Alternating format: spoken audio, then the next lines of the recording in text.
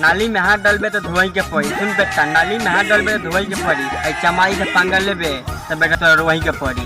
ये चमड़ा चमटोली चटकार लगता गाँव चमटोली चटकार पर के बात करते रे जात कहीं चमा जहां बेटा जी वही ठोका जइबे।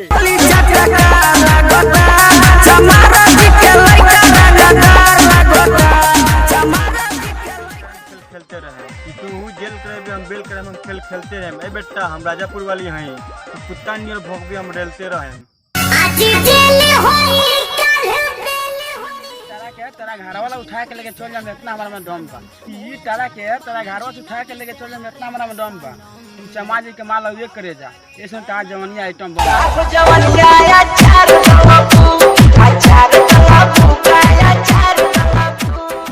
जेल करे पे हम बेल कराम खेल खेलते रहे। तू जेल करे पे हम बेल कराम खेल खेलते रहे। हम राजापुर का ये बेटा ते कुत्ता नियर भोग पे हम रेलते रहे। पिस्टल बंदूक ते हाथ में सबके देखावत रे। लेके पिस्टल बंदूक ते हाथ में सबके देखावत रे। हम चमार जी के बेटा हिरे बेटा ते हमारा के डरवावत रे।